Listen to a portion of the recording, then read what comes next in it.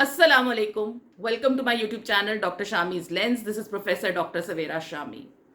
आज जो बात मैं करने जा रही हूँ वो कुछ ऐसे है कि मुझे अक्सर समझ नहीं आता कि जो हमारे मुल्क में पॉलिसीज़ बनती हैं या जो पॉलिसी मेकर्स बैठ के फैसले करते हैं वो कहाँ होते हैं।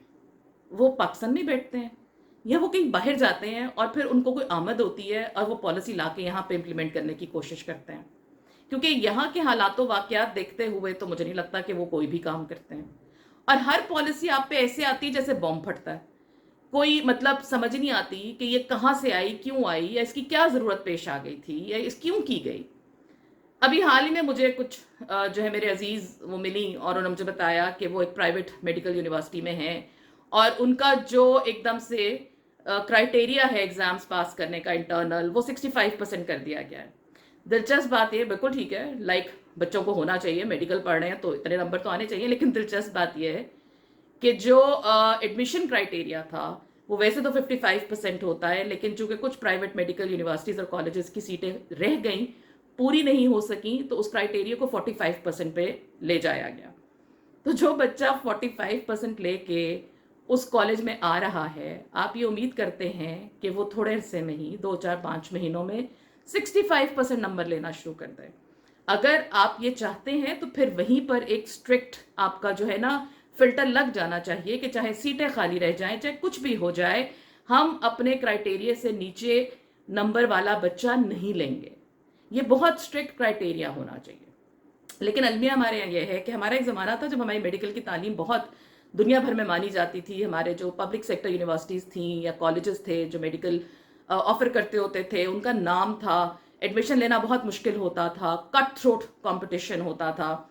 फिर Aahista Aahista private medical college बनना शुरू हो गए, मुंह मांगी कीमत उन्होंने लेना शुरू कर दी, फीसें लेना शुरू कर दी और डॉक्टरों की भरमार होना शुरू हो गई। तो मुझे लगता है वो जो डॉक्टरों की भरमार हो रही थी उसको रोकने का एक ये तरीका है, लेकिन ये कुछ अजीब सा तरीका है क्योंकि फिल्टर दाखिले के टाइम पे लगना चाहिए। दाखिले के बाद इसलिए नहीं लग जाना चाहिए कि जब उसका साल, जाहिर है अगर कोई बच्चा फेल हो गया है वो दोबारा उस साल को रिपीट करता है तो क्या वो मेडिकल यूनिवर्सिटी या कॉलेज उससे उस साल की फीस नहीं लेंगे। और शायद आपको जान के खुशी हो कि इस वक्त एक मेडिकल कॉलेज कोई भी एक साल का 25 लाख रुपया ले रहा है, तो यानी कि वो दोबारा उतने ही पैसे देगा। तो ये क्या जुल्म है? क्या ये ज्यादती नहीं है? क्या ये बदला लेना है? कहीं ना कोई तो कट, कहीं ना कोई तो हद मुकर्रर होनी चाहिए। पॉलिसीज के खिलाफ कोई नहीं है, डिसिप्लिन भी होना चाहिए, सब चीज़ें मैटर करती हैं, लेकिन तरीक़ाकार सबसे ज़्यादा मैटर करता है। एकदम से चीज़ों को ले आना और ये ख्वाहिश करना कि वो इम्प्लीमेंट हो जाएं और कोई कुछ बोले भी ना, ये ज़्यादती होती है। हमें जब भी हम कोई पॉलिसी बनाते हैं उसके बारे में बहुत ज़्यादा सोच विचार करके, उसके स्टेक होल्डर्स को साथ बिठाकर उसके ऊपर गौर व फिक्र करके पॉलिसी बननी चाहिए, ताकि उसके ऊपर कोई भी बैकलैश ना आए, उस पर लोगों को एतराज़ ना हो, उस पर लोगों को मसाइल का सामना ना करना पड़े। ये जो वक्ती पॉलिसी है ना, हमारे यहाँ रवाज है बदलने का कि आज ये नहीं ठीक लग रहा, इसको बदल दो, कल नई पॉलिसी आ गई, फिर एक नई पॉलिसी।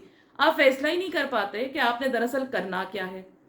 तो ऐसा जुल्म और ज्यादती तलबा के साथ पहले ही हमारे यहाँ जो है वो तालीम के साथ जो सलूक हो रहा है वो हम सबके सामने है।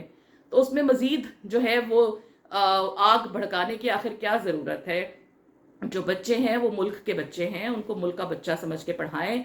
अगर आपको लगता है कि वो मेडिकल की तालीम हासिल करने के लिए फिट नहीं है या वो ठीक नहीं है, तो ये क्राइटेरिया उनके दाखिले पर लगाएं। दाखिला देकर उनसे फीसें लेकर मजीद फीसें लेने का एहतमाम जो है ना वो ज़रा मुश्किल सी बात है।